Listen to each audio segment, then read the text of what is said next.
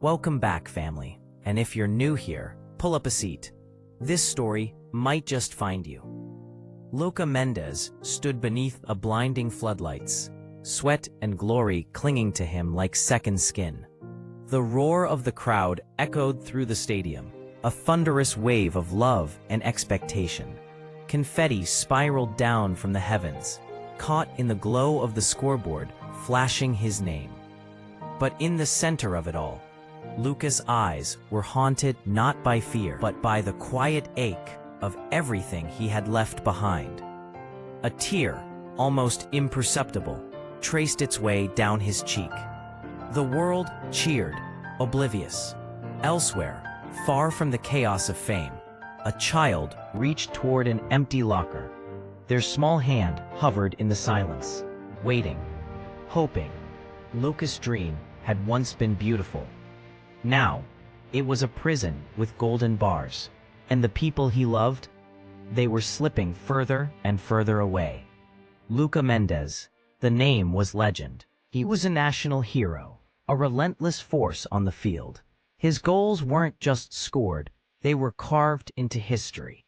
He was the man fans worshipped, the machine every manager counted on. But what happened when the final whistle blew? The stadium emptied, the lights dimmed.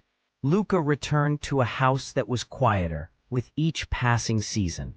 Dust gathered on photo frames.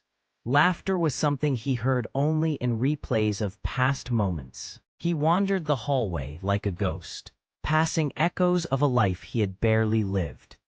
His wife, Amara, was the anchor he didn't deserve. She tucked their daughter Nia into bed each night with gentle words and a weary smile. She smiled for their children, for him, but inside, the weight was growing. Their son, Ezra, practiced his football moves alone in the driveway. He was more than good, but Luca wasn't there to see it. His knee twisted, pain radiating through him. The stadium fell silent. He clutched his leg, not just in agony, but in fear. This could be the end. Doctors delivered the verdict: surgery, high risk, one shot at a comeback, one decision that could mean a lifetime of what-ifs. Rehab began like a war. Ice baths, resistance bands, setbacks, grit. But through it all, Luca began to rediscover something he had forgotten. He saw Ezra score a goal at school, his son beaming with pride, not because Luca was famous, but because he was there. And later, from his phone, he watched Nia twirl across a tiny stage during her dance recital. She blew a kiss at the screen. He caught it. In that moment, Luca would say later, now everything changed. Then came the call, an offer to captain the national team for the World Cup. The crown jewel of any footballer's career. One last hurrah. Luca sat with the decision. In one hand, the photo of his family. In the other, the captain's armband. The world or the home he was only beginning to rebuild. He chose both. He came home on crutches, limping but whole. Amara greeted him at the door, tears turning into laughter. The kids ran into his arms.